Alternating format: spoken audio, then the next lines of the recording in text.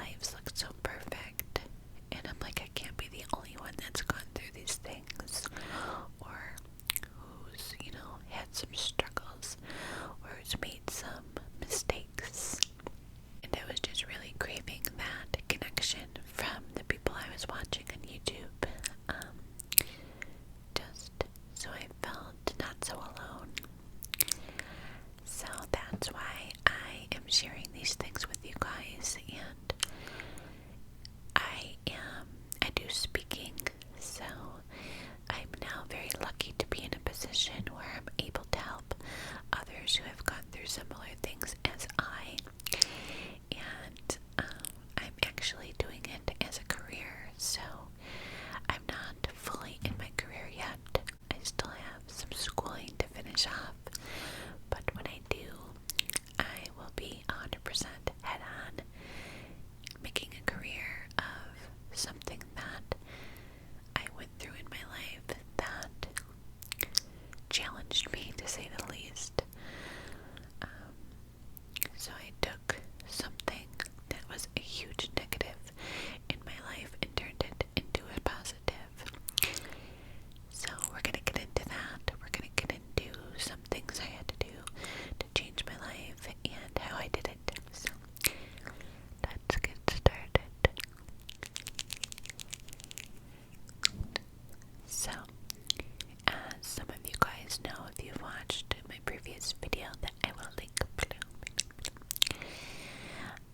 about 10 years ago, 9 years ago, I was in a car accident that I was very lucky to have made it out of. Luckily, I really didn't have any substantial injuries, which is pretty crazy, but I did have a really bad concussion and headaches and things of that nature afterwards. So once I got out of the hospital, I was assigned a doctor for pain management for the headaches, and back then the laws on prescribing pain medication were very loose, unfortunately. Luckily, since then, there's been some change, which I'm so proud of, but I nonetheless was overprescribed a lot of medication, narcotics, and I ended up becoming dependent on those narcotics. So, even though they were prescribed to me, I didn't need that level of pain medication, and it really threw me for a loop, and it was a very hard time in my life.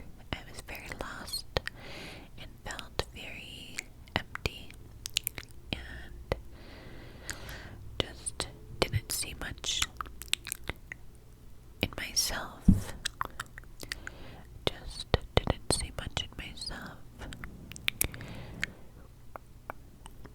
I felt like this was my life and I was a failure, and that's all I was ever going to be, and that my life was over. I just didn't see a happy ending, and to think back, it makes me so sad to feel that helpless and that hopeless.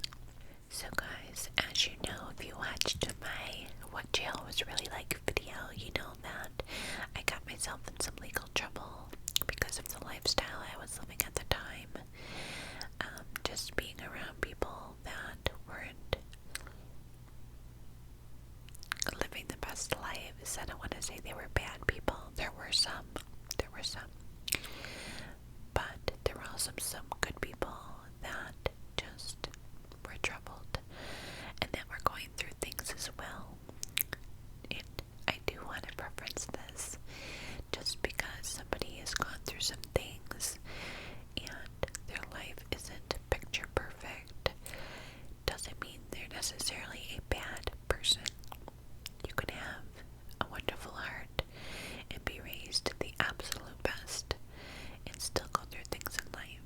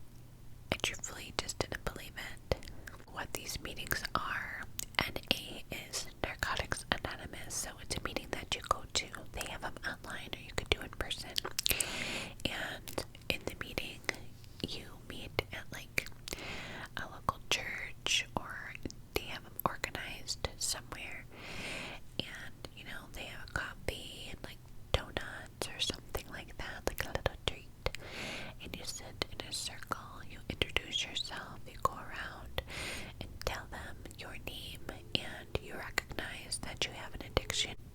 And then you go on to, speak about what's on your mind that day, or if you're struggling. And the point of it is just to feel connected, to feel like there's other people going through something that you're going through, and to get the experience, strength, and hope from others who have gone through the similar things and are recovering. So there could be people with 1 day clean there, or no days clean, and people that have 10 years clean. So it's really good for people that are in early recovery. So like I said in the beginning, I just didn't want to hear what these people had to say. Same with counseling. I just was very combative. But once time went on and I had more time off of the medication, my mind started to come back to who I was as a person. And, you lose yourself. It's so true. You lose yourself when you are addicted, whether it be alcoholism or even sometimes not even addiction, with anxiety and crippling depression. You kind of lose sense of who you are. So I started to come back, and I was finally accepting what was happening and wanting to change and seeing some positive things happen.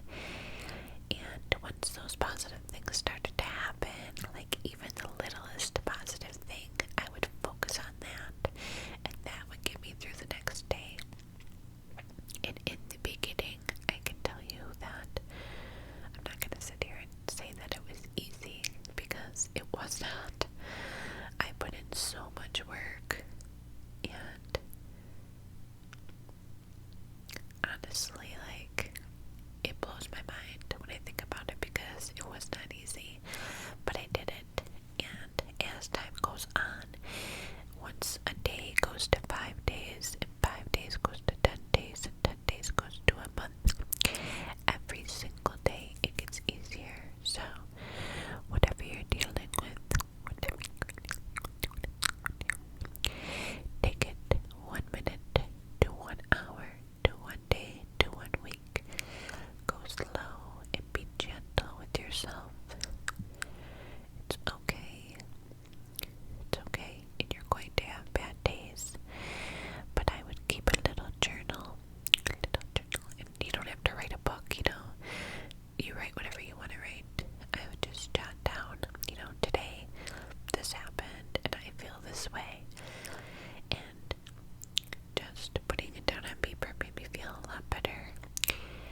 And then for me, what helped me was acknowledging the things that I had done wrong to the people that I had wronged.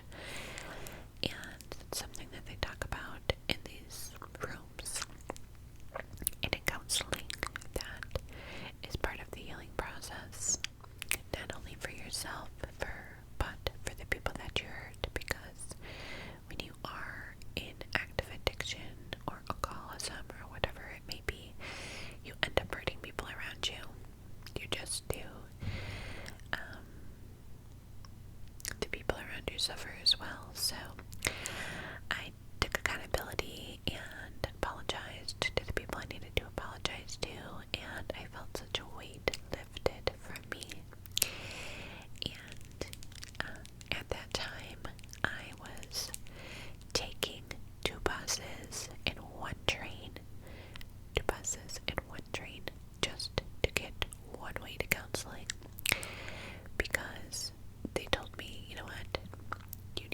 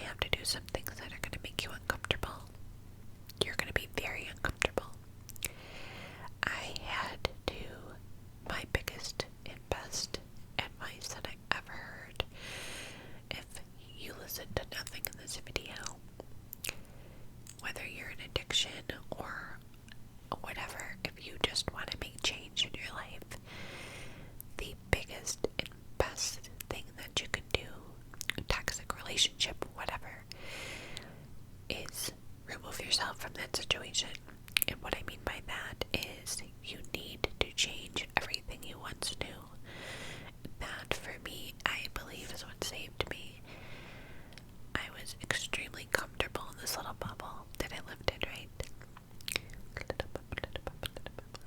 So one of the main things they teach you is that you have to take the people, places, and things that you once knew and change it. And when I first heard that, that was the scariest thing I could ever hear, because, I was extremely comfortable. I had an amazing support system that I was taking advantage of and getting what I wanted out of it and manipulating that, which, I felt terrible for, but it's the truth. So I had amazing people supporting me. Then I had this group of friends that I had been friends with for years, that I hung out with every single day, that were living the same way I was living, so it made me feel comfortable. And some of those people were my best friends, two of them, that I had been friends with prior to this, and one of them didn't do any drugs, didn't, abuse medication, wasn't an alcoholic, anything, but I knew that I had to let it all go, all of it, and it was so hard. It was one of the hardest things I had to do, but it was the best thing I did, because I had no temptations. I had nobody around me that could offer me anything, that could say, like, here, Rachel, do you have a headache? Take this. Does your back hurt? Take that. And I wasn't going to places that were familiar to me, right? That I had been before partying. So changing the people, places, and things that I once knew was extremely helpful for me. That was the core of me getting back to me. But like I said, it wasn't easy at all. It was extremely uncomfortable and scary. And now I'm able to speak to my old best friend. But back then I knew I couldn't. And it was very hard, and I felt bad, and she didn't understand it, because like I said, she hadn't gone through anything like that before, but because she was connected to the people that were doing the wrong thing, I had to separate myself from it all. Can I have a piece of candy? I'm going to have just a little piece of candy so that I don't get dry mouth from squawking away and talking your ear off.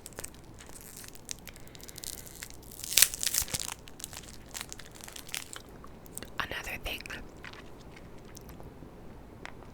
that is the hardest for people, I've noticed from now working with people in addiction, one of the hardest things I've noticed for people is when you have to let go or separate yourself from family or toxic relationships. Because if you have a toxic family member that's not living the right way, you can't put yourself around that person, because it's going to tempt you, and if they are negative or toxic, but candy wrapper, it's going to bring you down.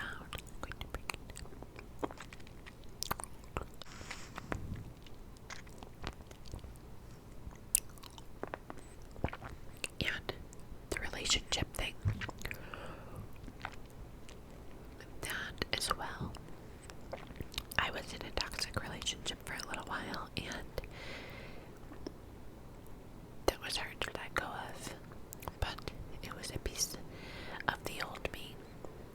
It's like, that person's not good for you, but you still love them,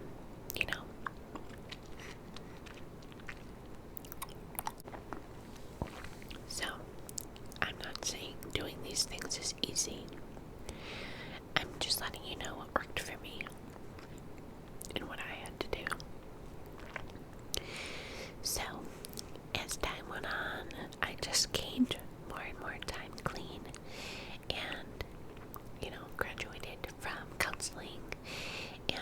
started helping to run different meetings. Instead of just, sitting and participating, I was actually help running it. And I started doing women's groups at counseling where I would speak to other women struggling with addiction or alcoholism and share my experience, strengthen up with them. And that was extremely fulfilling. I always feel so fulfilled and whole when I'm able to help others. And that's how I knew that this was what I was supposed to do with my life.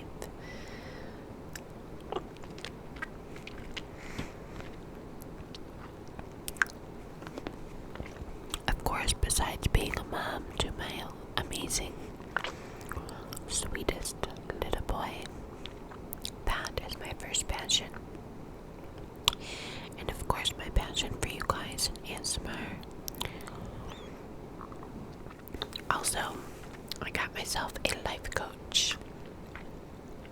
And my life coach was such a great thing for me in the beginning because they helped me get into some different programs that helped me get back into school and helped me fill out paperwork and just coached me and pointed me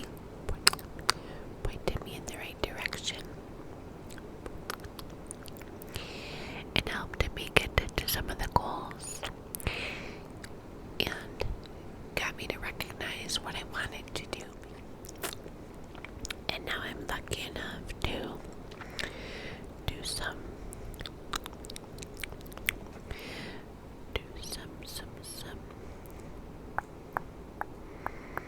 helping out in the same court that I was once in. Now I get to speak to the people that are participants in that court and share my story and help out, with anything they might need, any questions they may have, or, just make them feel good about the progress that they've gained. And it's a full circle, very, very full circle moment. The first time that I was actually able to sit with the staff. Such a crazy feeling.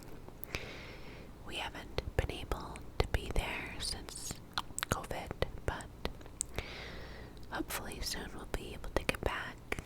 And I really miss it. So yeah, guys, that is pretty much what I did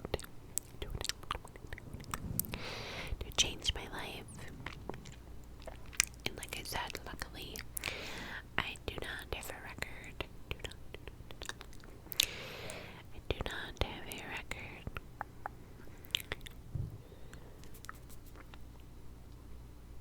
And that's a blessing. But even if you do, that does not mean that your life is hopeless and that your life is over and that you don't have a future, because you do. You do. You can do anything you put your mind to. If you want it bad enough.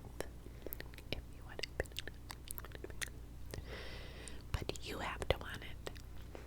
It doesn't matter what I say. It doesn't matter what anybody says. Unless you want it. And you have to do the work. Nobody can do it for you.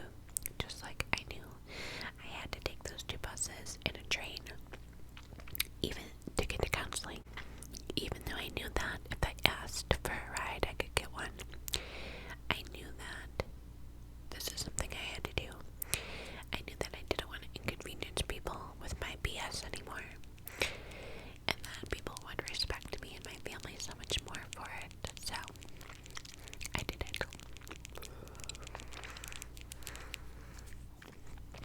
So I will continue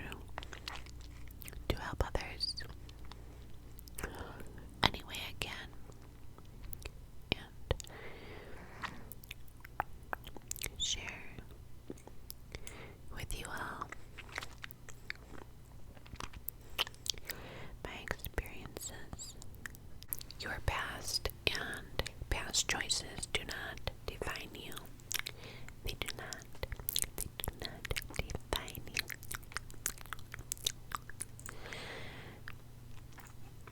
And you are worth a happy life. You are worth that. And I know that it's not easy to change your life and pull yourself out of addiction or depression or whatever it might be. But if you work at it just a little bit every day, and take 1 minute to 1 hour to 1 day at a time, and reach out for help, you can do it too. I'm no different than you.